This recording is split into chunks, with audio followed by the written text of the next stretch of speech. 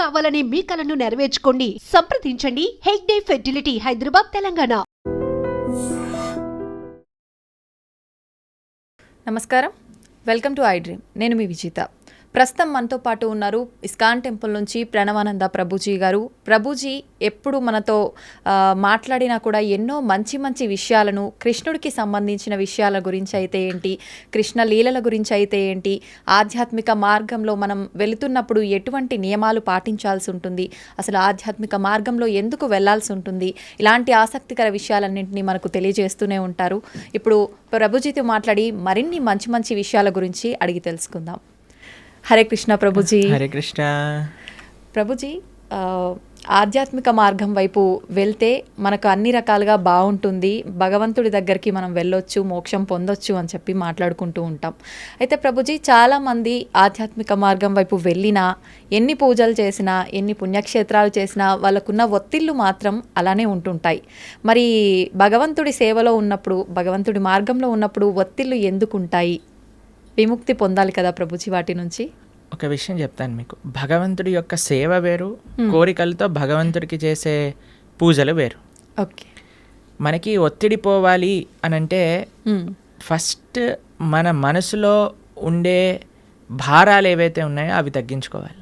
మీకు ఒక చిన్న విషయం చెప్తాను, అప్పుడు మీకు అర్థమవుతుంది. అలెగ్జాండర్ ది గ్రేట్ భారతదేశానికి వచ్చినప్పుడు ఒక సాధువు ఒంటిపైన బట్టలు కూడా లేవట, ఇలా కూర్చొని ధ్యానం చేస్తూ ఆనందంగా నిమగ్నం అయిపోయి ఉన్నారనమాట. అయితే ఈ సాధువు అలెగ్జాండర్ని చూసి నించోని కూడా నించోలేదట. అయితే ఆయనకు చాలా కోపం వచ్చింది. అదేంటి, నేను ఇంత పెద్ద రాజును వస్తే నించోవట్లేదేంటి అని ఆయన ఏం చేశారు, ఒక వ్యక్తిని పంపించారు. ఆయన నించోమని చెప్పు అని అన్నారనమాట. ఆయన వెళ్ళారు. నేను ఎందుకు నించుంటా అని అన్నాడు. ఈయన హాయిగా అలా మళ్ళీ తపస్సు చేసుకుంటున్నాడు అనమాట. అలెగ్జాండర్ స్వయంగా వచ్చారు ఆయన దగ్గరికి. వచ్చి ఆయనతో అన్నారట, అయ్యా, నా దగ్గర ఇంత సామ్రాజ్యం ఉంది, అయినా సరే నాకు భారంగా ఉన్నది, నీ దగ్గర బట్టలు కూడా లేవు, అయినా సరే నువ్వు ఇంత ఆనందంగా ఎలా ఉన్నావు, ఇంత ఆనందం నీ ముఖంలోనే కనిపిస్తూ ఉంది, ఎందుకు ఇంత వర్చస్సు, ఎందుకు ఇంత తేజస్సు, ఎందుకు ఇంత ఆనందం నీ దగ్గర ఉంది అని అడిగారట. అయితే ఈయన అన్నారట, ఒక చిన్న రాయి, ఇంతే రాయి కింద నుంచి తీసుకొని అలెగ్జాండర్ అన్నారట, ఇది నువ్వు పట్టుకోవచ్చా? అయితే అలెగ్జాండర్ అన్నారట, ఇంత చిన్న రాయి పట్టుకోవటంలో నాకేముంది, పట్టుకుంటాను, ఇవ్వండి అని చేతిలో పెట్టాడు. అలానే పట్టుకొని ఉంచు అని అన్నారట. ఇలా పట్టుకున్నారు. గంట సేపు అయింది, 2 గంటలైంది, 3 గంటలైంది. అలా టైం పెరుగుతూ ఉండేసరికి ఆయన చేతి మొత్తం కూడా ఎంత హెవీగా అనిపించిందంటే అంత హెవీగా లాస్ట్ కింద పడేశారు. అమ్మో, నేను ఇంకా పట్టుకోలేను. అదేంటి, ఇంత చిన్న రాయి నేను పట్టుకుంటాను, అచ్చేస్తా ఇంచేస్తాను అన్నావు కదా, ఇప్పుడేమైంది అని అంటే, అమ్మో చాలా కష్టం, చాలా కష్టం. చూసారా, ఒక చిన్న రాయే కొద్దిసేపటి తర్వాత ఎంత భారంగా మారిపోయింది మనకి. కానీ మనము భగవంతుడి దగ్గరికి ఎందుకు వెళ్తున్నాము? అయ్యా, నాకు కొత్త కారు కొని ఇచ్చేసేయి, నాకు కొత్త ఇల్లు కొని ఇచ్చేసేయి, నాకు తొందరగా పెళ్ళి అయిపోవాలి, నాకు పిల్లలు కలగాలి, నాకు ఇంత ఆస్తి రావాలి, నాకు అది కావాలి, ఇది కావాలి అని ఇంకా భారాలు అడగడానికి మనం భగవంతుడి దగ్గరికి వెళ్ళామనుకోండి, ఎప్పుడు మనం ప్రశాంతంగా ఉండలేం. కానీ అదే స్వామి నిస్వార్థమైన ప్రేమతో, భక్తితో, భక్తి వేరు, కోరికలు కోరటం వేరండి. ఎప్పటి వరకైతే మనం భగవంతుడి నుంచి కోరికలు కోరుతామో అది భక్తి కాదు. అంటే మనసులో ఎటువంటివి లేకుండా నిస్వార్థమైన భావనతో, భగవంతుడి పట్ల ప్రేమతో కానీ మనం వెళ్తే అటువంటి వాడు ఎన్నటికీ కూడా ప్రశాంతత లేకుండా ఉండలేడు. ఆయనకి తప్పక ప్రశాంతత ఉంటుంది. ఎవరైతే నిస్వార్థమైన ప్రేమనే మనకి ప్రశాంతత, మీరు అంటున్నారు కదా, ఆ సాటిస్ఫాక్షన్ అనేది ఇస్తుంది. ఒక ఆయన అంటే చాలా తీర్థయాత్రలు చేస్తూ ఉండేవారట. చాలా తీర్థయాత్రలు చేస్తుంటే ఎందుకోసం చేసేవాళ్ళు, మాకు ఇది అయిపోవాలి, మాకు అది అయిపోవాలి, మాకు ఇది జరిగిపోవాలి, మాకు అది జరిగిపోవాలి అని తీర్థయాత్రలని చేస్తూ, అక్కడికి వెళ్తే పుణ్యం వస్తుందట, ఇక్కడికి వెళ్తే పాపం పోతుందట, దీంతో చేస్తుండే. అయితే వాళ్ళ గురువుగారు చాలాసార్లు చెప్పారు, నాన్న ఈ భావనతో వెళ్ళకు, అక్కడుండే భగవంతుడి యొక్క దర్శనం చేసుకోవడానికి వెళ్ళు, అక్కడ సాధువుల దగ్గర నుంచి మాటలు వినడానికి వెళ్ళు, ఆ క్షేత్రానికి సేవ చేయడానికి వెళ్ళు అని అంటే ఈయనకు అర్థం కాదు. నేను వెళ్ళాలి, మునగాలి, అన్ని దర్శనాలు చేసుకోవాలి, ఎందుకంటే పుణ్యం వచ్చేస్తుంది, పుణ్యం వచ్చేస్తుంది, పుణ్యం వచ్చేస్తుంది. అదే అయితే ఈ గురువు గారు ఒకసారి ఏం చేశారంటే, ఒక కాకరకాయ ఇచ్చారట. కాకరకాయ ఇచ్చి, నాన్న నువ్వు వెళ్ళే పుణ్యక్షేత్రాలు అన్నింటిలో కూడా ఎక్కడెక్కడైతే నువ్వు స్నానం చేస్తావో అక్కడల్లా కూడా ఈ కాకరకాయకి స్నానం చేయించు అని అన్నారు. సరే అని మొత్తం ప్రతి క్షేత్రాన్ని గంగా, యమున, గోదావరి, కావేరి అన్నిట్లో స్నానం చేసి తీసుకొచ్చారట. వచ్చి మళ్ళీ ఆశ్రమానికి తిరిగి వచ్చేసరికి ఆ గురువు గారు అన్నారట, నాన్న ఈ కాకరకాయని కొద్దిగా ముక్కలు ముక్కలు చేసి కొద్దిగా వండు అని అనేసరికి వండి చూసేసరికి ఆ కాకరకాయ చేదుగానే ఉంది. కాబట్టి దాని యొక్క గుణం పోయిందా? గంగలో స్నానం చేసాం, యమునలో స్నానం చేసాం, పోలేదు కదా. ఎప్పటి వరకైతే మనం నిజమైన ఆధ్యాత్మిక మార్గము అని అంటే ఏమిటి? శ్రవణం, కీర్తనం, విష్ణు స్మరణం, పాద సేవనం, అర్చనం, వందనం, దాస్యం, సాఖ్యమాత్మ నివేదనం. ఈ నవవిధ భక్తి మార్గాలలో మనం ఉండమో అప్పటి వరకు మన హృదయ శుద్ధీకరణ అనేది జరగదు. ఎంతవరకైతే మన హృదయ శుద్ధీకరణ అనేది జరగదో అప్పటి వరకు మనకు ప్రశాంతత ఉంటుంది అనమాట. అలాంటి తీర్థయాత్రకి వెళ్ళటం తప్పని చెప్పట్లేదండి. ఏ భావనతో వెళ్ళాలి? సేవా భావనతో వెళ్ళాలి. ఏ భావనతో వెళ్ళాలి? భగవంతుడి పట్ల ప్రేమతో వెళ్ళాలి. ఏ భావనతో వెళ్ళాలి?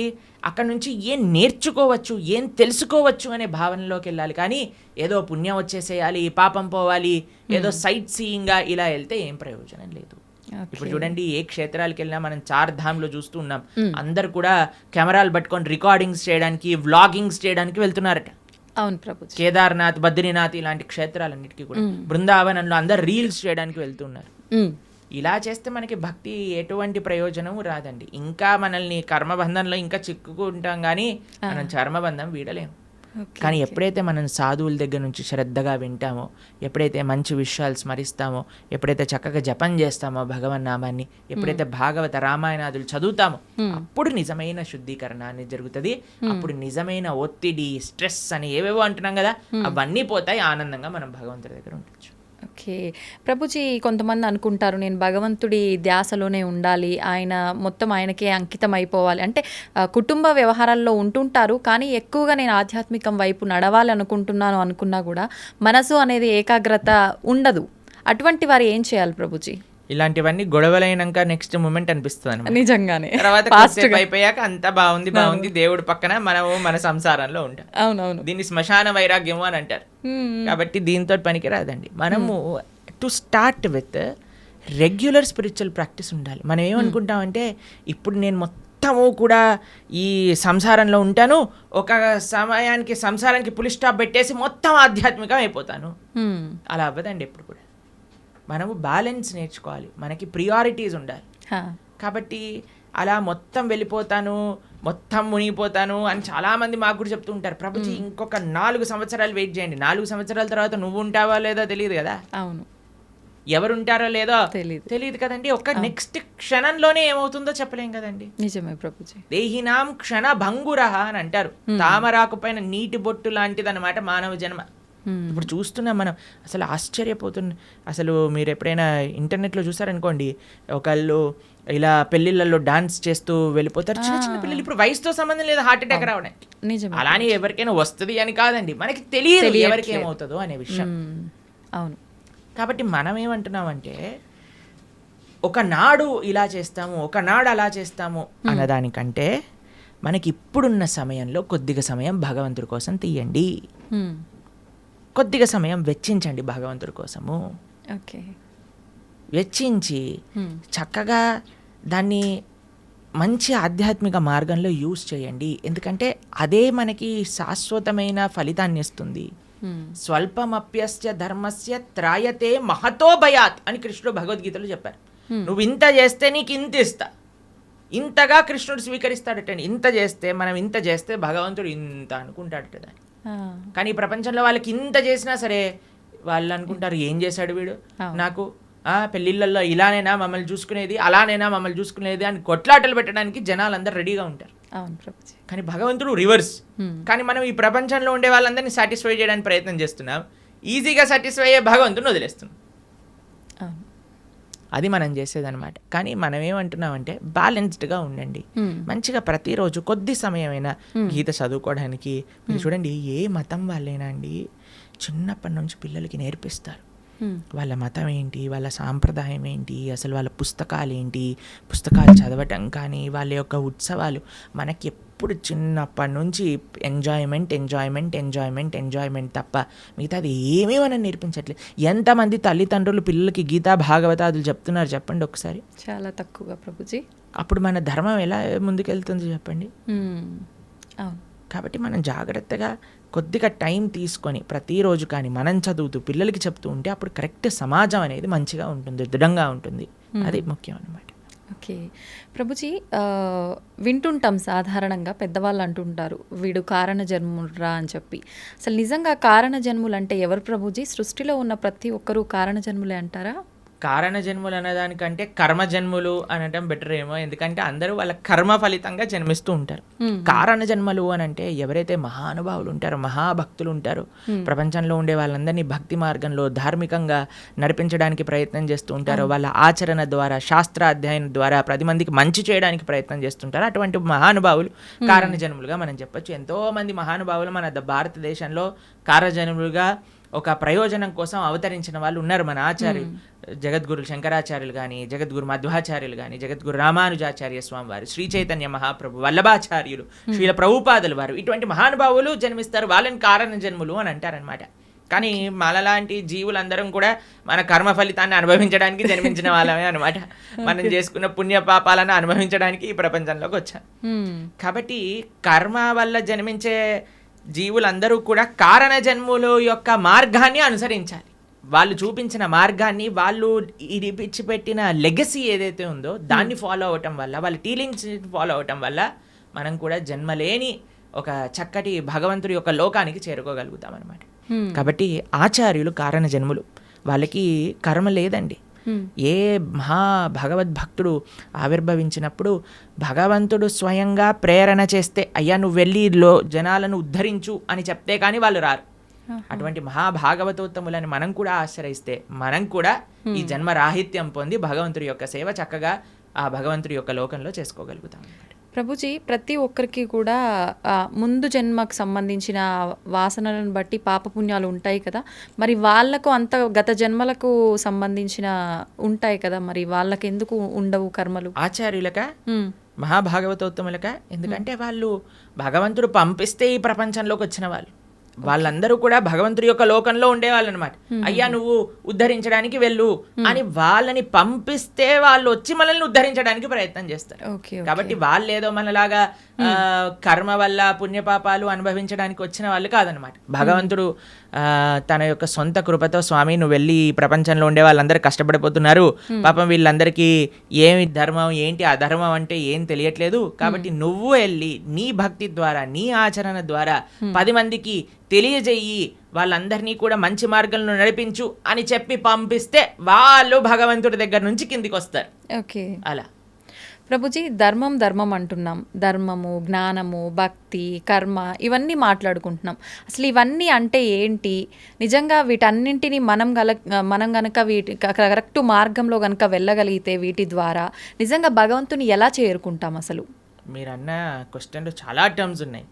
ధర్మము, జ్ఞానము, భక్తి, కర్మ ఇవన్నీ ఒక్కొక్క విశ్లేషణ చేయవలసిన, ఒక్కొక్క పాడ్కాస్ట్ కి సంబంధించిన టాపిక్స్ అనమాట మీరు అడిగింది. సాధారణంగా ప్రతి ఒక్కరు ఎవ్వరు నోరు తెరిచినా కూడా ఇవే జనరల్ గా డిస్కస్ చేస్తుంటారు కదా ప్రభుజీ. మన అన్నిటికంటే పెద్ద మిస్కన్సెప్షన్ ఏంటి అని అంటే, ఎవరికి తోచింది వాళ్ళు ధర్మం అనుకుంటారు. నాకు తెలిసిందే ధర్మము, అంతే, నేను ఇది ఇలా చేశాను కాబట్టి ఇదే ధర్మము, నాకు ఇలా తెలుస్తుంది కాబట్టి ఇదే భక్తి, నేను ఇచ్చేస్తాను ఇదే నాకు జ్ఞానము, నాకున్నదే గొప్ప జ్ఞానము. ఇదంతా కాదండి, చాలా సింపుల్. ధర్మస్తు సాక్షాత్ భగవత్ ప్రణీతం. ధర్మం అంటే భగవంతుడు చెప్పింది. భగవంతుడు ఏం చెప్పాడు, ఎక్కడ చెప్పాడు మీకు తెలుసా? తెలీదు. భగవంతుడు అసలు ఏం మాట్లాడారు, అసలు ఏం చెప్పారు అనే విషయం తెలుసా మనకి? భగవంతుడు చెప్పింది భగవద్గీత. మనకి బేసిక్ ధర్మం ఎవరైనా అనుకున్నారనుకోండి, అరే నాకు మన సనాతన ధర్మంలో చెప్పిన ధర్మం ఏంటి తెలుసుకుందాము అని అనుకుంటే వాళ్ళు అసలు ఏం చదవాలి? భగవద్గీత చదవాలి ప్రభుజీ. భగవద్గీత కంపల్సరీగా చదవాలి మన సనాతన ధర్మంలో. ఎందుకంటే అది ప్రస్థానత్రయములో ఒక పుస్తకం.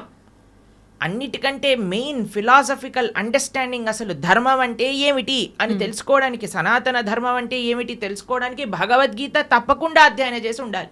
ఎంతమంది హిందువులు భగవద్గీత చదివిన వాళ్ళు ఉన్నారు చెప్పండి? ఎంతమంది అధ్యయనం చేసిన వాళ్ళు ఉన్నారు చెప్పండి? చాలా మందికి ఇంట్రెస్ట్ ఉందండి. పెద్దవాళ్ళు ఎందుకంటే ఒకప్పటి కాలం వాళ్ళైతే చదువుతుంటారు. మీరు అలా అనుకుంటున్నారు. మేము ఇప్పుడు భగవద్గీత నేర్పిస్తున్నప్పుడు 3rd క్లాస్ పిల్లల నుంచి 10th క్లాస్ పిల్లల వరకు ఎంతోమంది పిల్లలు కూడా భగవద్గీత పూర్తిగా అధ్యయనం చేయడానికి రెడీగా ఉన్నారు, చేస్తున్నారు కూడా, ఎగ్జామ్స్ కూడా రాస్తున్నారు. పిల్లలు నోట్బుక్ పెట్టుకొని భగవద్గీత నోట్ డౌన్ చేసుకుంటుండే పిల్లలు చాలామంది మన దగ్గర ఉన్నారు. మా యూట్యూబ్ ఛానల్లో మేము భగవద్గీత చెప్పినప్పుడు సుమారుగా 10 లక్షల మంది వీక్షించారు. కాబట్టి ఉన్నారు జనాలు, కానీ ఆ అవేర్నెస్ ఇంకా పెరగాలి. అవును, భగవంతుడు చెప్పింది ధర్మం కానీ ఇక్కడ అక్కడ చెప్పింది ధర్మం కాదు, వీడు వాడు చెప్పింది ధర్మం కాదు. భగవంతుడు చెప్పిన ధర్మానే మనం మాట్లాడాలి. ఇప్పుడు మీరు అడగచ్చు, ప్రభుజీ మరి మీరు చెప్పింది ఎందుకు మేము వినాలి? ఎందుకంటే భగవద్గీతలో చెప్పినది మాత్రమే, భాగవతాది శాస్త్రములలో చెప్పినది మాత్రమే మేము ప్రస్తావన చేస్తాం. మా సొంతంగా ఒక్కటి కూడా అటు ఇటు కల్పించి చెప్పామనుకోండి, అది ధర్మం అవ్వదు అనమాట. ధర్మం అంటే భగవంతుడు చెప్పింది ధర్మము, అది చెప్పే వాళ్ళు ధార్మికులు, దాన్ని ఆచరించే వాళ్ళు ధార్మికులు. ఇది ముఖ్యమైన విషయం అనమాట. కాబట్టి ధర్మం అంటే ఏంటి? భగవంతుడు చెప్పింది ధర్మం. భగవంతుడు ఏమి చెప్తే అది ధర్మము. ఓకే. తర్వాత రెండవ విషయం మీరు అడిగారు, ఏంటి? జ్ఞానం. జ్ఞానం అంటే ఏంటి? భగవంతుడు గురించి తెలుసుకోవటమే జ్ఞానం. ఎవరైతే భగవంతుడి గురించి తెలుసుకుంటారో, భగవంతుడు చెప్పింది భగవద్గీత అనుకున్నాం, మరి భగవంతుడి గురించి తెలుసుకోవాలంటే ఏ పుస్తకం చదవాలి? భాగవతం చదవాలి. భాగవతం భగవంతుడి గురించి చెప్పేది, భగవద్గీత భగవంతుడు చెప్పినది. ఈ రెండూ కానీ మనం చదువుకున్నాం అనుకోండి, మనకి భగవంతుడు అంటే ఏమిటి, అసలు భగవంతుడు మనల్ని ఎందుకు సృష్టించారు, అసలు మన కర్తవ్యములేంటి, భగవంతుడిని ఎలా పొందాలి, భగవంతుడికి మనకి ఉండే సంబంధం ఏంటి, అన్ని విషయాలు అర్థమైపోతాయి అన్నమాట. కాబట్టి జ్ఞానము ధర్మము ఈ రెండు మనం విన్నాం. తర్వాత మూడవది మీరు అడిగినారు భక్తి. భగవంతుడిని చేరే మార్గమే భక్తి. భగవంతుడిని చేరుకోవడానికి ఎన్నో మార్గాలు ఉన్నాయి. అన్నిటికంటే సులభమైనది, అన్నిటికంటే శ్రేష్టమైనది, అన్నిటికంటే ఆనందకరమైనది, అన్నిటికంటే సులభమైనది, అన్నిటికంటే మహోన్నతమైనది ఏదన్నా ఉంటే అది భక్తి మార్గము. తర్వాత లాస్ట్ మీరు అడిగింది కర్మ. మనం చేసే దాన్ని అన్నిటికీ కూడా మనకి రివర్స్లో మరి చేసిన దాన్ని వస్తుంది. ఇది బేసిక్ డెఫినేషన్. కర్మ ఈజ్ వెరీ కాంప్లికేటెడ్, కానీ మనం చేసిన దాని నుంచి మనం తప్పించుకోలేము. ఇది గుర్తుపెట్టుకోవాలి. మనం చేసిన పుణ్యము మనకు వస్తుంది, మనం చేసే పాపము మనకు వస్తుంది, మనం చేసిన భక్తి యొక్క సుకృతి కూడా మనతో పాటు ఉంటుంది. ఇది అర్థం చేసుకోవటం కర్మ. ఇది చాలా డీప్ విషయాలు. మళ్ళీ ఎప్పుడైనా మనకి సమయం ఉన్నప్పుడు కర్మ గురించి, జ్ఞానం గురించి, భక్తి గురించి, అలానే ధర్మం గురించి ఇంకా మనం డీప్గా డిస్కస్ చేసుకోవచ్చు అనమాట. ప్రభుజీ, భక్తి అంటున్నాం. అసలు భక్తి అంటే భగవంతుడికి శరణాగతి చేయడమే అంటారా ప్రభుజీ? సర్వధర్మాన్ పరిత్యజ్య మామేకం శరణం వ్రజ. కరెక్ట్. భక్తి అంటే భగవంతుడికి శరణాగతి చేయడం. అసలు శరణాగతి అంటే ఏంటి? స్వామి నీవు నచ్చింది చెయ్యి, నీకు నచ్చింది, నీకు ఏది కరెక్ట్ అనిపిస్తే అది చెయ్యి. ఒక బేసిక్ ఆస్పెక్ట్ ఆఫ్ శరణాగతి ఏంటి అని అంటే భగవంతుడి పట్ల మనం డిమాండ్ చేయకూడదు, నాకు ఇది మంచిది ఇదే చేయాలి నువ్వు. అలా కాదు, అయ్యా నువ్వు ఏం చేసినా సరే నాకు మంచే చేస్తావు అని మన మనసులో ఉండే భావన. అవశ్య రక్షివో కృష్ణ, నువ్వు తప్పకుండా నన్ను రక్షిస్తావు స్వామి, నువ్వేం చేసినా కరెక్టే చేస్తావు, కాబట్టి నువ్వు నచ్చిందే చెయ్యి తండ్రి అని ఫస్ట్ అన్నిటికంటే బేసిక్ విషయం చెప్తున్న శరణాగతిలో కనీసం ఇది భగవంతుడి దగ్గర అనగలగాలి. కానీ భగవంతుడి దగ్గరికి ఇప్పుడు పూజలు, వ్రతాలు, నోములన్నీ స్టార్ట్ అయిపోతున్నాయి కదా. ఈ నోములో ఇది చేస్తే నాకు ఈ ఫలితం వస్తుంది, ఏ నోము చేస్తే నాకు ఏ ఫలితం వస్తుంది, ఈ స్తోత్రం చదివితే నాకు ఇది అవుతుంది, ఆ పూజ చేస్తే నాకు అది అవుతుంది, ఇన్ని వారాలు ఇచ్చేస్తే నాకు ఇది అయిపోతుంది. సారీ సార్, ఇది భక్తి కాదు, ఇది కేవలం పూజ, ఆరాధన కాదు. పూజ చేస్తే పుణ్యం వస్తుంది, ఆరాధన చేస్తే భగవంతుడి యొక్క కృప, భగవంతుడి పట్ల ప్రేమ పెరుగుతుందన్నమాట. కాబట్టి తిరువారాధన అని మనము భగవద్భక్తి సాంప్రదాయంలో అంటాం. స్వామి యొక్క ఆరాధన అనేది యూజ్ చేస్తాం. ఆరాధన అంటే ఎప్పుడైతే ప్రేమ ఉంటుందో, అక్కడ ఎటువంటి అపేక్ష ఉండదో అది ఆరాధన అవుతుంది. కానీ నాకు ఇది కావాలి అని మనం చేస్తే అది పూజ అవుతుంది, దానివల్ల పుణ్యం మాత్రమే వస్తుంది, భక్తి రాదు. కాబట్టి మీరు అన్నట్టుగా భగవంతుడి యొక్క పూజ చేయటము లేదా భగవంతుడి యొక్క ఆరాధన చేయడం యొక్క అన్నిటికంటే గొప్ప ఫలితం ఏంటి అని అంటే భగవంతుడికి శరణాగతి చేయుట. స్వామి నేను నీ వాణ్ణి, నీకు చెందిన వాణ్ణి, నువ్వు నాకు ఏం చేసినా సరే అది తప్పకుండా కరెక్టే చేస్తావు అని భగవంతుడికి కంప్లీట్ శరణాగతి, శ్రీకృష్ణ భగవానుడికి కంప్లీట్గా శరణాగతి చేయుట, దాన్నే భక్తి అని అంటారు. చాలా కరెక్ట్గా చెప్పారు మీరు. ఆ భావన చాలా శ్రేష్టమైన భావన, అందరూ అలవర్చుకోవాల్సిన భావన అది. ప్రభుజీ, ఒక జీవి ముక్తి పొందాలి అంటే మీరు చెప్పినట్టుగా భగవంతుడికి శరణాగతి చేస్తే ముక్తి పొందొచ్చు అంటారా? అదే మార్గం. భగవంతుడి దగ్గరికి వెళ్ళడానికి, భగవంతుడి యొక్క సేవ చేయడానికి మార్గమే భక్తి శరణాగతి. ఇంకే మార్గం లేదు. భగవంతుని చేరుకోవడానికి అన్నిటికంటే ఈజియెస్ట్ మార్గం, అన్నిటికంటే బెస్ట్ మార్గం ఏదన్నా ఉంటే అది భక్తియే. ఆ భక్తి తప్ప సమాశ్రితాయై పదపల్లవప్లవం మహత్పదం పుణ్య యశోమురారే భవాంబుదిర్వత్స పదం పరం పదం పదం పదం యద్విపదాం న తేషాం అని అంటారు. సమాశ్రితాయై అంటే శరణాగతి చేయటం. ఎవరైతే భగవంతుడి యొక్క శ్రీచరణాలను ఆశ్రయిస్తారో అటువంటి వాడికి ఏమవుతుందట, ఇంత పెద్ద సంసార సాగరం అంటాం కదండి, సంసార సాగరంలో కొట్టి ముట్టాడుతున్నాం అంటారు కదా, ఆ సంసార సాగరం ఎంతైపోతుందట అంటే, ఒక గోవు దూడ పాదం ఉంటుంది కదండి, దూడ కానీ బురదలో పాదం పెట్టింది అనుకోండి, ఇంత చిన్న హోల్ అవుతుంది, దాంట్లో ఎంత నీళ్లు ఉంటాయి? తక్కువగా ఉంటాయి. అన్ని నీళ్ళు అయిపోతుందంటే ఈ సంసార సాగరం మొత్తం ఎవరైతే భగవంతుడికి శరణాగతి చేస్తారు. అంత నీటిని ఎంత సులభంగా దాటొచ్చండి, ఒక పాదం పెడితే సరిపోతుంది, దాటి అంతే. అలా సంసారాన్ని దాటేయచ్చట ఎవరైతే భగవంతుడి యొక్క పాదాలకు శరణాగతి చేస్తారు. కాబట్టి ముక్తి కావాలి, భగవంతుడి దగ్గరికి వెళ్ళి భగవంతుడి యొక్క సేవ చేసుకోవాలి అని అనుకున్న వాళ్ళకి ఏకైక మార్గం ఏమిటి అని అంటే అది భక్తి శరణాగతి మాత్రమే. ఇంకా ఏ మార్గము పని చెయ్యదు. ఓకే ప్రభుజీ, మోక్షం అంటుంటాం, ముక్తి మోక్షం ఒకటేనా? ఇవి రెండూ కూడా భగవంతుని చేరుకోవడాన్నే ముక్తి మోక్షం అని అంటారా? ఎస్, ముక్తి మోక్షము అని అంటే చాలా మందికి ఒక మిస్కన్సెప్షన్ ఏముంటుంది అని అంటే భగవంతుల్లోకి వెళ్ళి కలిసిపోవటము అని అనుకుంటారు, ఐక్యం అయిపోవటము అని అంటారు. చాలా మంది ఈ మాట వాడుతూ ఉంటారు అనమాట. ఐక్యం అయిపోవాలి భగవంతుడి లోపల. మనం ఏమి భగవంతుడి లోపల ఐక్యం అవ్వడానికి పుట్టలేదండి. జీవులం అందరూ కూడా జీవేర స్వరూప హోయ్ కృష్ణేర నిత్య దాస్, మనందరం కూడా భగవంతుడి యొక్క సేవ చేయడానికి ఉన్నాం. ఇప్పుడు చూడండి, ఒక చిన్న పిల్ల ఉంది, ఆవిడికి అమ్మ అంటే చాలా ప్రేమ ఉన్నప్పుడు ఆ చిన్న పిల్ల వచ్చి అమ్మతోటి, అమ్మ మళ్ళీ నేను నీ పొట్టలోకి దూరిపోతాను, నీ శరీరంలోకి వెళ్ళిపోతాను అని అంటే, ఒరే శరీరంలోకి వెళ్ళటం ఏంట్రా, అమ్మ అంటే ప్రేమ ఉంది అని అంటే నువ్వు ఏదో ఒక సేవ చేయాలి, అమ్మకి నచ్చినట్టుగా ఉండాలి, అమ్మకి నచ్చే విధంగా ఉండాలి. అదే సేవ కదండి. అమ్మ పొట్టులోకి వెళ్ళిపోవటం ప్రేమనా, లేదా అమ్మకి నచ్చే పనులు చేయటం ప్రేమనా? నచ్చే పని చేయటం. కాబట్టి భగవంతుడి యొక్క భక్తి, భగవంతుడి ముక్తి అని అంటే భగవంతుడు లోపలికి వెళ్ళిపోవాలి అని కోరుకోవటం కాదు, భగవంతుణ్ణే అయిపోవాలి అని చాలా మంది అనుకుంటూ ఉంటారు అనమాట. కానీ అది కాదండి ముక్తి అంటే. ముక్తి అంటే భగవంతుడి యొక్క సేవ చేయటం. భగవంతుడి యొక్క సేవ కాదు, భగవంతుడి యొక్క భక్తుల యొక్క సేవ. భగవంతుడి యొక్క భక్తుల యొక్క సేవ కాదు, భగవంతుడి యొక్క భక్తుల యొక్క భక్తుల యొక్క సేవ. భగవంతుడి యొక్క భక్తుల యొక్క భక్తుల యొక్క సేవ కాదు, భగవంతుడి యొక్క భక్తుల యొక్క భక్తుల యొక్క భక్తుల యొక్క సేవ. దాసానుదాసో తవ పాదేయిక మూలం, ఇది ముక్తి అని అంటే. మనం చాలా మందికి ప్రశ్న, ఒకవేళ మనకి ముక్తి వచ్చేసింది అనుకోండి, భగవంతుడి దగ్గరికి వెళ్ళిపోవాలి, ఏం చేస్తాము? సేవ చేసుకుంటాం.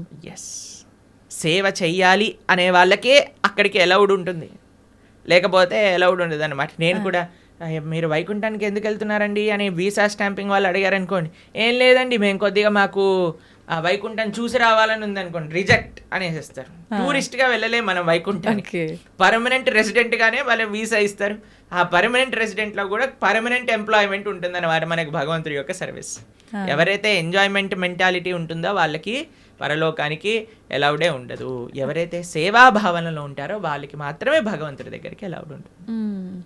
ప్రభుజీ, జీవాత్మ అంటుంటారు, జీవుడు జీవాత్మ రెండు ఒకటేనా, వేరు వేరంటారా? ఎస్, మనకి 3 రకాల శరీరములు ఉంటాయి. ఇప్పుడు మీరు చూసే దాన్ని స్థూల శరీరము అని అంటారు. అంటే చర్మము, బ్లడ్, బోన్స్, వీటన్నిటితో ఉండే స్థూల శరీరం అంటారు. దీంట్లోపల సూక్ష్మ శరీరం అని ఉంటుంది. మన బుద్ధి అహంకారములతో స్థూల శరీరం ఉంటుందన్నమాట. దాని లోపల స్థూల శరీరం, సూక్ష్మ శరీరం, దాని లోపల మనకి కారణ శరీరము అని అంటారు. దాన్ని ఆత్మ, జీవాత్మ అని అంటారు. ఇప్పుడు చూడండి, ఫర్ ఎగ్జాంపుల్, ఇప్పుడే నేను స్టూడియోకి వస్తుంటే ఒకళ్ళు వెళ్ళిపోయారు, ఆయన పక్క నుంచి ఇలా తీసుకెళ్తూ ఉన్నారనమాట. సపోజ్ పలానా వ్యక్తి వెళ్ళిపోయారండి అని అంటారు. వెళ్ళిపోయారు అని అంటే ఇక్కడే కదండి మన ముందే కనిపిస్తున్నారు కదా. మరి వెళ్ళిపోయారు అని ఏం వెళ్ళిపోయింది? ఆత్మ. ఇదే బేసిక్ అండర్స్టాండింగ్. కానీ ఎంతమందికి ఈ విషయం గురించి అరే ఆత్మ వేరు శరీరం వేరు అని మనం గుర్తించేసామనుకోండి, ఈ శరీరం పైన అంత ఇన్వెస్ట్మెంట్ ఎందుకు చేస్తాం చెప్పండి? అస్సలు ఎవరైనా అద్దెల్ని అలంకరించుకుంటారా? మీకు ఈ స్టూడియో అంటే జస్ట్ రెంట్కే ఇచ్చారంటే మీరు ₹1 కోటి పెట్టి దీన్ని రీమోడిఫికేషన్ చేస్తారా? లేదు, ఆలోచిస్తాం ప్రభుజీ, ఖచ్చితంగా ఆలోచిస్తాం. ఎప్పుడైతే మన సొంత ఇల్లు ఉంటుందో అక్కడ అలంకరించుకుందాం అని అనుకుంటారు కదా. కానీ మనందరం చేసే పని ఏంటి? ఇది తెలుసు, అదే ఈ శరీరము పర్మనెంట్ కాదు. అయినా సరే మనం ఈ శరీర పోషణలో ఉన్నాం, కానీ శరీర పోషణలో ఉండద్దు అని చెప్పట్లేదండి. కానీ ముఖ్యమైన ఆత్మని మర్చిపోరాదు, అదే అన్నిటికంటే ముఖ్యం. జీవాత్మ మనము అని అంటే ఇప్పుడు చూడండి, ఇది నా చెయ్యి అంటాం, నా చెయ్యి, నా షర్ట్, నా వాచ్, నా తల, నా కళ్ళు. మరి నువ్వెవరు? నా నా నా నా అంటున్నావు కదా, మరి నువ్వెవరు అని కానీ మనం ప్రశ్న చేసుకుంటే మనకు తెలుస్తుంది మనం ఈ శరీరం కాదు. శరీరం అయితే మరి ఆ వ్యక్తి అలానే ఉన్నాడు కదా, వెళ్ళిపోయారు అని ఎందుకు అంటున్నారు? జీవులం మనం, మనందరం కూడా ఆత్మ, అదే జీవాత్మ అంటారు. కేవలం ఈ 3 కాదండి, ఇంకొక ఆయన కూడా మన శరీరంలో ఉన్నారు, ఆయన పరమాత్మ. మన హృదయంలో, హృదయ స్థానంలో 2 ఉంటారు వ్యక్తులు, జీవాత్మ పరమాత్మ, 2. జీవాత్మ ఎప్పుడైతే పరమాత్మను తెలుసుకొని పరమాత్మకు శరణాగతి చేసి పరమాత్మ సేవ చేస్తారో దాన్నే ముక్తి మోక్షము అనేది. కాబట్టి జీవుడు జీవాత్మ 2 ఒకటే. జీవాత్మ ఒకళ్ళు, పరమాత్మ ఒకళ్ళు. పరమాత్మని తెలుసుకోవటమే జీవుడి యొక్క లక్ష్యం. ప్రభుజీ, ఒకసారి ఆత్మ శరీరాన్ని విడిచి వెళ్ళిన తర్వాత మళ్ళీ ఎంత కాలం పడుతుంది మళ్ళీ ఒక జీవిలో రావటానికి? ప్రాణం అంటే ఏమంటారు, అది ఒక కస్టమైజ్డ్ ప్రాసెస్ అన్నమాట. అది ఎవరికి ఎంతసేపు వాడు నరకంలో ఉంటాడో, ఎంతసేపు స్వర్గంలో ఉంటారో, ఎంత తొందరగా, అవన్నీ ఇంకా మనం చెప్పలేం. చాలా కాంప్లికేటెడ్ కర్మ సిద్ధాంతం అంటే. దానికి ఏం స్పెసిఫిక్ పారామీటర్స్ లేవు. మనతోటి అయినప్పుడే మనకు తెలుస్తుంది ఎన్ని రోజులు ఉన్నాం, మనం ఎక్కడ ఉన్నాం అనేది. కాబట్టి తప్పకుండా ఒక శరీరం నుంచి వదిలిపెట్టి వెళ్ళాక కొన్ని రోజులు ఆ జీవాత్మ అలానే తిరుగుతారు అని చెప్తారు. అందుకే మనము మంచి పుణ్యకర్మలన్నీ చేయడానికి ప్రయత్నం చేస్తాం. 10, 11, 12 అట్లా ఒక్కొక్కరికి ఒక్కొక్క పద్ధతులు ఉంటాయి. దాని తర్వాత వాళ్ళు అక్కడ నుంచి స్వర్గాది లోకములకు, నరకాది లోకములకు వెళ్ళి వాళ్ళ పాప పుణ్యాలన్నీ అనుభవించి మళ్ళీ ఇంకొక శరీరంలోకి దాల్చడానికి ఈ భూలోకంలోకి రావాల్సి వస్తుంది. లేదు, ఆయన చాలా భాగవతోత్తముడు, భగవంతుడికి శరణాగతి చేసి భక్తి చేసిన వాళ్ళు, పుణ్యంతో సంబంధం లేదు, పాపంతో సంబంధం లేదు, సాయిగా యత్గత్వా నా నివర్ధంతే తద్ధామ పరమం మమ, భగవంతుడి యొక్క లోకానికి చేరుకున్నారనుకోండి, ఇంకా మళ్ళీ పుట్టాల్సిన అవసరం లేదు, పుణ్యము లేదు, పాపం లేదు, ఏ గోల లేదు, ఆనందంగా భగవంతుడి యొక్క సేవలో ఉండొచ్చు. మన సనాతన ధర్మంలో మీరు అర్థం చేసుకోవాల్సిన 3 ఉన్నాయండి. ఏంటి ప్రభుజీ? ఒకటి పాపం, అంటే మనం చేసే తప్పుడు వాటికి వచ్చే ఫలితాన్ని పాపము అని అంటారు. 2 పుణ్యం, మనం చేసే మంచి పనులకి మనకి రిటర్న్గా వచ్చేది పుణ్యం. ఇంకొకటి 3వది ఉందండి, దాన్ని భక్తి అని అంటారు. భక్తి పుణ్యానికి సంబంధం లేదు, పాపానికి సంబంధం లేదు, ఇది సపరేట్ బ్యాంక్ అకౌంటే. ఎప్పుడైతే మనం ప్రేమతో భగవంతుడిని ఆశ్రయిస్తామో అది పుణ్యం కాదు, అది భక్తి సుకృతి అంటారు, భక్తోన్ముఖ సుకృతి అని అంటారు. ఎవరైతే భక్తి చేస్తారో అటువంటి వాళ్ళు నా స్వర్గానికి వెళ్ళరు, నా నరకానికి వెళ్ళరు, వాళ్ళు వెళ్ళేది భగవంతుడి యొక్క లోకానికి. స్వర్గానికి వెళ్ళినా, నరకానికి వెళ్ళినా, ఇంకా ఏ దేవత యొక్క ప్రపంచానికి వెళ్ళినా సరే, లోకానికి వెళ్ళినా సరే, కృష్ణుడు భగవద్గీతలో చెప్తారు, ఆ బ్రహ్మ భువనాలోక పునరావృత్తినో అర్జున. ఇక్కడ నుంచి బ్రహ్మలోకం అంటే అన్నిటికంటే టాప్ మోస్ట్ లోకం అనమాట. అక్కడ వరకు వెళ్ళిన వాళ్ళు కూడా మళ్ళీ పుట్టాల్సిన అవసరం ఉంటుంది. ఎప్పుడైతే మాముపేత్యత్తు కౌంతయ్య, నన్ను ఆశ్రయించిన వాళ్ళు, ఎవరు చెప్తున్నారు నన్ను అని అంటే కృష్ణుడు అర్జునుడితో చెప్తున్నారు, నన్ను ఆశ్రయించిన వాళ్ళకి మళ్ళీ పుట్టుక అనేది ఉండదు అనే విషయం చెప్తున్నారు. కాబట్టి మనం పుణ్యం పైన ఫోకస్ చేయకూడదు, పాపం పైన ఫోకస్ చేయకూడదు, మనం భక్తి పైన ఫోకస్ చేయాలి. ఇది పర్మనెంట్ సొల్యూషన్ అనమాట.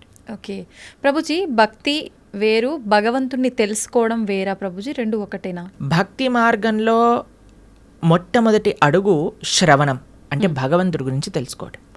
ప్రహ్లాదుని హిరణ్యకశిపుడు అడుగుతారు, అయ్యా నువ్వు స్కూల్కి వెళ్ళావు కదా, బోర్డింగ్ స్కూల్, హాస్టల్కి వెళ్ళావు కదా, ఏం నేర్చుకున్నావు అని అంటే, శ్రవణం కీర్తనం విష్ణు, శ్రవణం అని అంటే భగవంతుడి గురించి వినటము. భక్తి అంటే ఏదో పూజలు చేసేసి ఇక్కడ నుంచి 1000 పూలు పట్టుకొచ్చేసి ధూపాలు వేసేసి నోములు ఇచ్చేసి లక్ష పూలలతో పూజ చేసేసి ఒక లీటర్ల అభిషేకాలు చేసి, ఇది కాదండి భక్తి అంటే. భక్తి అంటే భగవంతుడి గురించి వినటం. ఇది ఎవరు చెప్తున్నారు? పరమ భక్తుడైన ప్రహ్లాదుడు చెప్తున్నాడు. ఫస్ట్ ప్రాసెస్ ఏంటి? శ్రవణం, భగవంతుడి గురించి వినటం. ఏం వినాలి? గీత, భాగవత, రామాయణ అసలు అన్నీ ఏదైతే భగవంతుడి గురించి చెప్తారో వాటిని వినాలి. శ్రవణం, కీర్తనం, దాని తర్వాత మనం చేయాల్సింది జపం. చూడండి ఆయన ఏం ప్రాసెస్లో చెప్తున్నారు, ప్రియారిటీ వైజ్ చెప్తున్నారు అనమాట. శ్రవణం, కీర్తనం, విష్ణో, ఎవరికి చేయాలి ఇది? భగవంతుడైన నారాయణుడు విష్ణువుకి చేయాలి. శ్రవణం, కీర్తనం, విష్ణు, స్మరణం, పాద సేవనం, స్మరిస్తూ ఉండాలి. మనం విన్నది స్మరిస్తూ స్మరిస్తూ స్మరిస్తూ ఉంటే అప్పుడు మనకి భగవంతుడి పట్ల ప్రేమ పెరుగుతుంది. అప్పుడు మనం భగవంతుడి యొక్క ఆరాధన చేసామనుకోండి, ప్రేమతో ఆరాధన చేయగలుగుతాం. లేకపోతే ఎప్పుడు మనసులో ఈ కోరిక ఈ కోరిక ఈ కోరిక ఈ కోరిక కోరిక గుర్తొచ్చినంత భగవంతుడు గుర్తురాడు. నిజమే ప్రభుజీ. ఎప్పుడైతే మనం శ్రవణం, కీర్తనం, భగవంతుడి గురించి వింటామో, భగవంతుడి యొక్క నామాన్ని జపం చేస్తామో, అప్పుడు మనం ఆరాధన చేసేటప్పుడు మన మనసు భగవంతుడి పైన ఉంటుంది. కాబట్టి అందరూ కూడా ఫస్ట్ వ్రతాలు, నోములు, పూజలు చేసేయడానికి పరిగెత్తుతూ ఉంటారు. కానీ దాటికంటే ఫస్ట్ ఇనీషియల్ స్టెప్స్ ఏంటి అని అంటే, ఇప్పుడు చూడండి, ఒక ఫస్ట్ ఫ్లోర్కి ఎక్కెళ్ళాలి అని అంటే మనం లాంగ్ జంప్ చేసేసి ఎక్కిస్తామా? ఒకసారి దూకామనుకోండి, ఆయనతో కాళ్ళు చేతులు విడిగిపోతాయి, అంతే. మెల్లమెల్లగా ఎక్కామనుకోండి, కరెక్ట్ పాత్లో మనం వెళ్తూ ఉండొచ్చు అనమాట. అందుకే ఫస్ట్ స్టెప్ ఏంటంటే భగవంతుడి గురించి వినండి, భగవంతుడి గురించి వినండి, భగవంతుడు గురించి స్మరించండి, భాగవత, రామాయణాదులు ఏం చెప్పారో తెలుసుకోండి. అందుకే ఇన్ని గంటలు మనం యూట్యూబ్లలో వీటిలలో చెప్పేది ఎందుకు అని అంటే జనాలు వినడానికి. వింటే వాళ్ళకి భగవంతుడి గురించి తెలిస్తే మంచి భక్తి మార్గంలో ముందుకెళ్తే అది జీవుడి యొక్క పరమశ్రేయస్సుకి కారణం అవుతుంది. ఓకే ప్రభుజీ, ఒక మంచి భక్తుడిగా ఉండాలి అంటే ఫస్ట్ చేయాల్సింది మీరు చెప్పినట్టుగా భగవంతుడి గురించి వినడమే అంటారా? కరెక్ట్. శ్రవణం, కీర్తనం. ఫస్ట్ ప్రాసెస్ ఏంటి అంటే శ్రవణం, మనం వినడానికి ప్రయత్నం చేయాలి. ఎవరి నుంచి వినడానికి ప్రయత్నం చేయాలి? ఎవరైతే శాస్త్ర అధ్యయనం చేసిన మంచి భక్తులు ఉన్నారు. ఇప్పుడు చూడండి, మార్కెట్లో ఎవరు పడితే వాళ్ళు చెప్పడానికి రెడీ అయిపోయారు. ఇది ఇలా చెయ్యి, ఆ చిట్కా ఇలా చెయ్యి, ఈ పరిష్కారం ఇలా చెయ్యి. అసలైతే అసలు ఆశ్చర్యం అనిపిస్తుంది అంటే కొన్నిసార్లు మాకు వీడియోలు పంపిస్తే అసలు ఇలాంటి వ్యక్తుల్ని ఎలా వినగలుగుతున్నారు జనాలు అని అనిపించేటట్టుగా ఆశ్చర్యపడిపోతాం అనమాట. ఎందుకంటే భాగవత మన శాస్త్రాలు చెప్పే విషయం వేరు, వీళ్ళు చెప్పే విషయాలు వేరు. ఒకడు తలపైన చేయబెడతానంటాడు, ఒకడు ఇంకొక మాయ చేస్తానంటాడు, ఇంకొకడు మ్యాజిక్ చేస్తానంటాడు. మాయలు, మ్యాజిక్ కావాలంటే మీరు మ్యాజిక్ షోకి వెళ్ళండి కదా, దేవుడి దగ్గరికి ఎందుకు రావాలి? ఆధ్యాత్మిక గురువు మాయలు, మ్యాజిక్లు, తంత్రాలు, యంత్రాలు, తలపైన చేయబెట్టాలు అవన్నీ చేయరండి. ఆధ్యాత్మిక గురువు ఎప్పుడైనా సరే, మీరు ఏ శాస్త్రంలో చూసినా ఎవరైనా సరే మీరు చూడండి, మన జ్ఞానము వేరే వ్యక్తులకి గురువు ఎప్పుడు కూడా శ్రవణం ద్వారానే పంపిస్తారు. రామ లక్ష్మణులు కూడా విశ్వామిత్రుల దగ్గర నుంచి శ్రవణం చేసి జ్ఞానాన్ని సంపాదన చేసుకున్నారు. కృష్ణుడు సాందీపముని దగ్గర నుంచి శ్రవణం చేసుకొని జ్ఞానాన్ని విన్నారు. అర్జునుడు కృష్ణుడి దగ్గర నుంచి శ్రవణం చేశారా? కృష్ణుడు వచ్చి చేయబెట్టాడు అర్జునుడి పైన శ్రవణం. కాబట్టి భగవంతుడిచ్చిన మార్గము శ్రవణం. మన జ్ఞాన సముపార్జన చేయాలి. మనకి ఏదో అయిపోవాలని మన ధర్మంలో కొంతమంది మనల్ని మోసం చేసే, ఇప్పుడు చూడండి, ఎవరికైతే మోసపోవాలని ఉంటుందో వాళ్ళని మోసం చేసే వాళ్ళు రెడీగా ఉంటారు మార్కెట్లో. మన ధర్మంలో మోసాలు చేసేవాళ్ళు తక్కువ అని మనం చెప్పడానికి వీలు లేదు, ఉన్నారు. ఎందుకంటే మనకి ఆ మోసపోయే ప్రవృత్తి ఉన్నది కాబట్టి. ఇది కాకుండా ఇతర మతాల వాళ్ళైతే ఇంకా పీక్స్కి వెళ్ళిపోయారనమాట. వాళ్ళు చేసే మోసాలు కానీ, వాళ్ళు చేసే యాక్టింగ్లు కానీ, వాళ్ళు చేయించే డ్రామాలు కానీ చూస్తే అసలు ఎందుకు ఇంతమంది అక్కడ ఉంటున్నారంటే, అసలు మీరు చూడండి, మేము ఆ వీడియో చూసినప్పుడు మాకు పంపిస్తుంటారనమాట జనాలు, ఇలా ఇలా ఇలా ఇలా వీళ్ళు చేస్తున్నారు ప్రభుజీ, పాస్టర్లు వీళ్ళు అని చూస్తున్నప్పుడు అయితే మాకు అనిపిస్తుంది, ఎవడైనా బుర్రున్నవాడు అసలు ఈ సభకి వెళ్తాడా? అసలు వీక్షిస్తాడా? వేలాది మంది అక్కడ కూర్చొని వీక్షిస్తున్నారు అంటే వీళ్ళందరూ మోసపోవడానికి రెడీగా ఉన్న వాళ్ళనే కాబట్టే కదండి మోసం చేస్తుంది. వాడు ఇంటికి వెళ్ళాక అనుకుంటాడు, అసలు వీళ్ళు ఎంత మూర్ఖులు, అసలు ఎలాంటి వ్యక్తులు వీళ్ళు, నేను చేసే యాక్టింగ్లకి చప్పట్లు కొట్టటాలు, అరవటాలు, ఇలాంటి వాళ్ళు ఉన్నంత వరకు మోసాలు ఆపలేమండి. మన లోపల ఒక జాగరూకం కావాలి. నేను శాస్త్రాన్ని నమ్ముతా, భగవంతుడి యొక్క తత్వాన్ని అధ్యయనం చేస్తా, కానీ మ్యాజిక్ల వల్ల, ఏమంటాం, మీరు చేతులు పెట్టడాల వల్ల, ఏవో సృష్టించటం వల్ల, ఏదో మన జీవితంలో ఏదో మంచి జరిగిపోవటం వల్ల, దానివల్ల ఏది వచ్చే ప్రయోజనం లేదండి. ఈరోజు మంచి జరుగుతుంది, రేపేం జరుగుతుంది? జీవుడి యొక్క పరమశ్రేయస్సు భగవంతుడి గురించి తెలుసుకోవటం. అందుకే మేము ఎక్కడికి వెళ్ళినా మొత్తుకునేది ఒకటే విషయం, ఇవన్నీ ఒక ట్రాప్లో పడకండి. మన మానవ జన్మ ఎన్నో సంవత్సరాల తర్వాత మనకి రేర్గా దొరికిన ఈ అవకాశాన్ని మంచి మార్గంలో ఉపయోగించుకోండి. అనే మేము అందరం ప్రార్థన చేస్తూ ఉంటాం అందరికీ కూడా. ఎందుకంటే మాకు అనిపించేది ఏంటి అంటే పాపం ఇలాంటి వాళ్ళ ట్రాప్లలో పడే వాళ్ళు చెడ్డవాళ్ళు కాదండి. అవును, భగవంతుడి గురించి తెలుసుకోవాలి అనుకుంటే కదా వాళ్ళు ఇలాంటి బాబాల దగ్గరికి లేదా అవునవును ఇలాంటి వ్యక్తుల దగ్గరికి వెళ్ళేది. కానీ మేము అనుకునేది ఏంటి అంటే మంచి మార్గం కానీ వాళ్ళు తెలుసుకోగలిగితే వాళ్ళ జీవితం పండిపోతుంది. అవును ప్రభుజీ. మన శాస్త్రం ఏం చెప్తుంది తెలుసా, ఇలాంటి చెడు వ్యక్తుల వల్ల వెళ్ళే వాళ్ళ పరిస్థితి ఎలా ఉంటుందట అంటే సగం మింగిన కప్పలాగా ఉంటుందట. పాము ఒక పెద్ద కప్పని పట్టేసుకుంటుంది. ఎంత పెద్దగా ఉంటుందంటే ఆ కప్ప లోపలికి మింగలేదు, బయటికి వదలలేదు. అలాంటి పరిస్థితులు చిక్కుకుపోతారు. కాబట్టి మీ అందరికీ మేము చేసే ప్రార్థన ఏంటి అంటే ఎవరైతే శాస్త్రాన్ని అధ్యయనం చేశారో, శాస్త్రపరంగా శాస్త్రసమ్మతంగా మాట్లాడతారో, ఎవరైతే వైదిక సనాతన ధర్మాన్ని ఆచరిస్తూ ఉన్నారో, ఇప్పుడు ఏంటంటే అండి కలియుగంలో ఎంతోమంది దేవుళ్ళని మ్యానుఫ్యాక్చర్ అయిపోయారు. ఎక్కడ చూసినా వీడి దేవుడు అంటాడు, వాడి దేవుడు అంటాడు, అందరినీ దేవుళ్ళు అనటం ప్రారంభం చేశాం. కానీ ఒక్క విషయం, భగవంతుడు అనేవారు ఎవరైనా ఉంటే అది వేదములు ప్రతిపాదన చేసిన వారు మాత్రమే. కాబట్టి శాస్త్రీయంగా ఎవరైతే ప్రామాణికంగా దైవము అని చెప్పారో వాళ్ళ గురించి తెలుసుకోవటం శ్రేయస్సు. ఆ శాస్త్రీయమైన గ్రంథాలను అధ్యయనం చేయడం శ్రేయస్సు. కానీ మొన్న ఒక 50 సంవత్సరాల ముందో 70 సంవత్సరాల ముందో పుట్టిన గ్రంథాలని మనం చదవాల్సిన అవసరం లేదు. మనం చదవాల్సిన ఏదైనా వాంగ్మయం ఉంటే అది వ్యాసుడిచ్చిన వాంగ్మయం మాత్రమే. అది చాలా ముఖ్యం. ఓకే ప్రభుజీ, మీరు చెప్పినట్టుగా ఈ అంటే వీటన్నింటినీ చదువుకుంటూ భగవంతుడి గురించి వింటూ అలా ఉంటే నిజంగా భగవంతుడి అనుగ్రహం పొందొచ్చు అంటారా? గుళ్ళకి పుణ్యక్షేత్రాలకి వెళ్ళకపోయినా కూడా భగవంతుడి యొక్క అనుగ్రహం పొందాలి అని అంటే భగవంతుడు చెప్పినట్టు నడుచుకోవాలి. మీకు ఒక విషయం చెప్తాను. మీకు మీ పిల్లలు ఉన్నారనుకోండి, మిమ్మల్ని చాలా బాగా చూసుకుంటూ మీరు చెప్పిన పని ఏమీ చేయకపోతే మీకు ఆనందం వేస్తుందా? లేదా మిమ్మల్ని బాగా చూసుకుంటూ మీరు చెప్పిన పనులన్నీ కూడా చేస్తే బాగా ఆనందం వేస్తుందా? లేదా మిమ్మల్ని బాగా చూసుకోకపోయినా జస్ట్ మీరు చెప్పిన పనులన్నీ చేస్తే బాగా ఆనందం వేస్తుందా?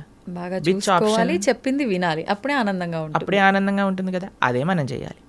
భగవంతుడు చెప్పినట్టుగా నడుచుకోవాలి, భగవంతుడి యొక్క ఆరాధన చేయాలి. అది నిజమైన మంచి జీవుడు లేదా మంచి సనాతన ధర్మానికి చెందినవాడు చేసే పని.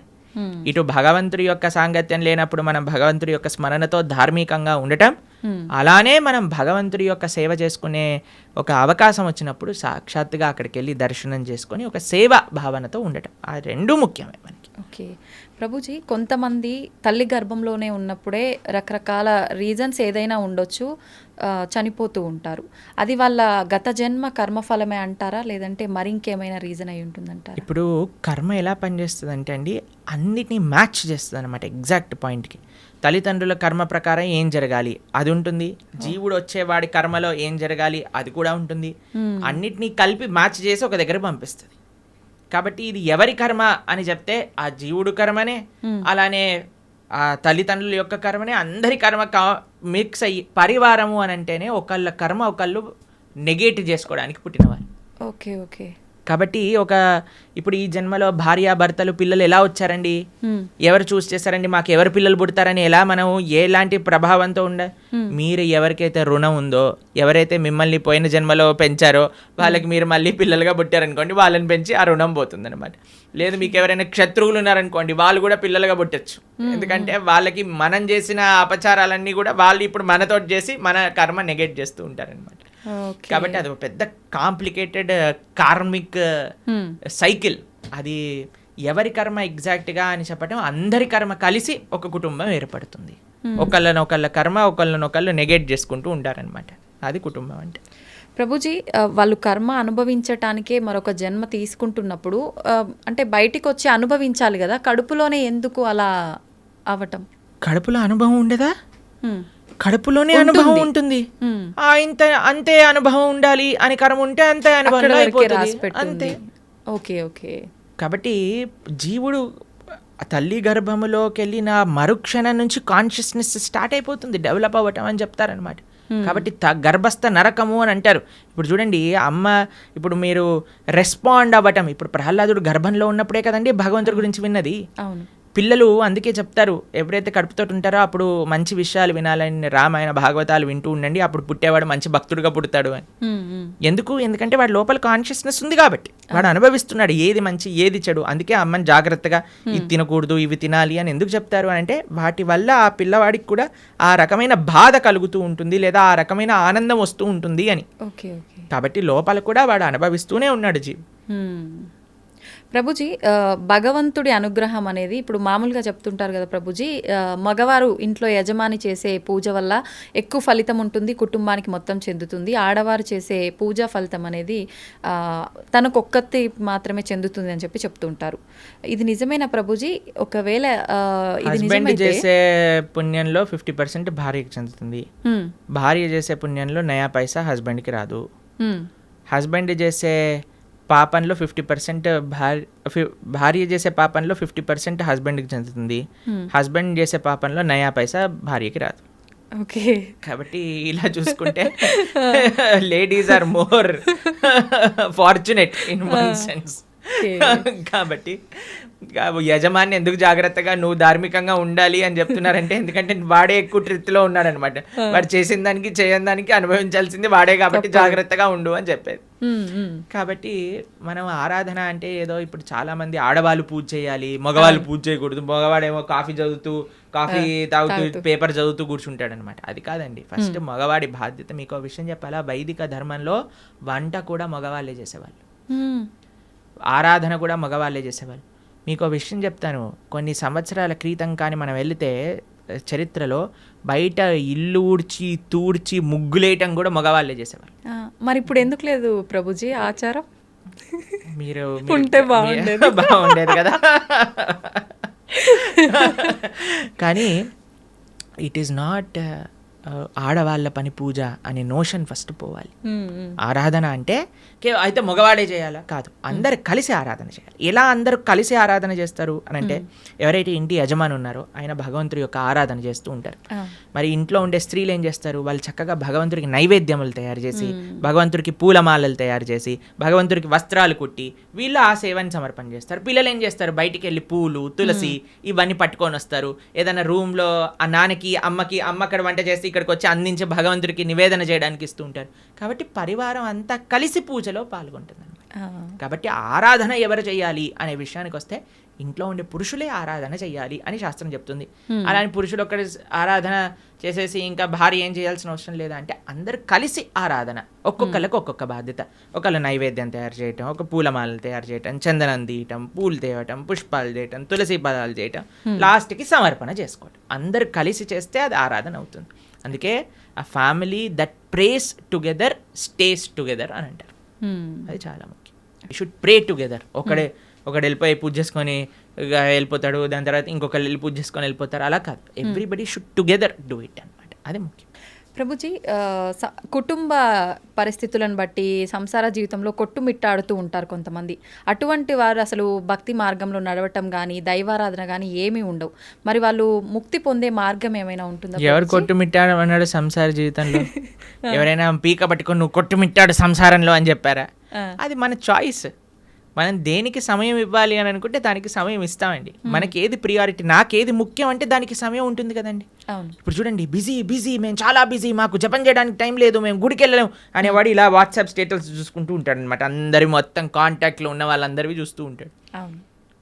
మరి వాట్సాప్ స్టేటస్ చూడడానికి ఉన్నాయి, ఫ్యామిలీ గ్రూప్లో వచ్చే అక్కర్లేని చెత్త వీడియోలు అన్నీ చూడడానికి టైం ఉన్నాయి, కానీ ఒక 10 నిమిషాలు కూర్చొని నామజపం చేయడానికి టైం లేదంటారు. కాబట్టి ఇది జస్ట్ అన్ ఎక్స్క్యూజ్. ఎవ్వరు కూడా ఈ ప్రపంచంలో నాకు టైం లేదు అని చెప్పలేరు. టైం లేదు అని అంటే నీ ప్రియారిటీస్ రాంగ్. నీకు ఈ జీవితంలో ఈ శరీరానికి ఎంతైతే ఇస్తున్నావా నువ్వు, అంతే నీ ఆత్మకు కూడా ఇవ్వాలి అని నీకు తెలిసినప్పుడు, దాన్ని ప్రియారిటీగా పెట్టుకున్నప్పుడు సమయం ఏర్పడుతుంది తప్పకుండా. కాబట్టి ఎవ్వరూ మనల్ని ఫోర్స్ చేయట్లేదండి కొట్టుమిట్టాడు సంసారంలో అని. మనమే కాంప్లికేటెడ్గా చేసుకుంటున్నాం. కాబట్టి మనకి ఈ జ్ఞానం వస్తే దీనివల్ల ఏం ప్రయోజనం లేదు.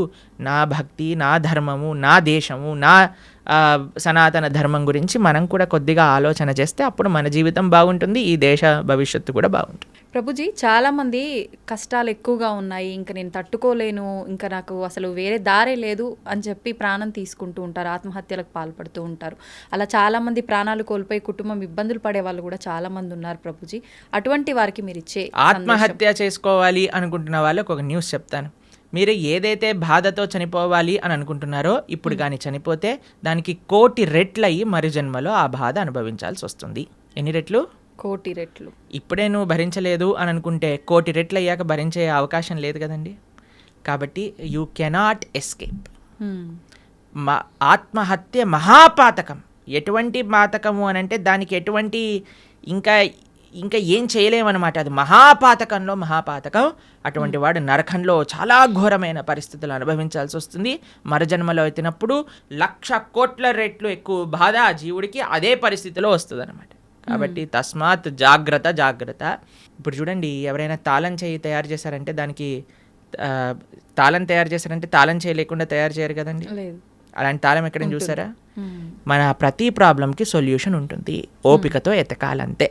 కాబట్టి ఐ అండర్స్టాండ్ చాలామంది కాంప్లికేటెడ్ సిచ్యువేషన్స్లో ఉంటారు.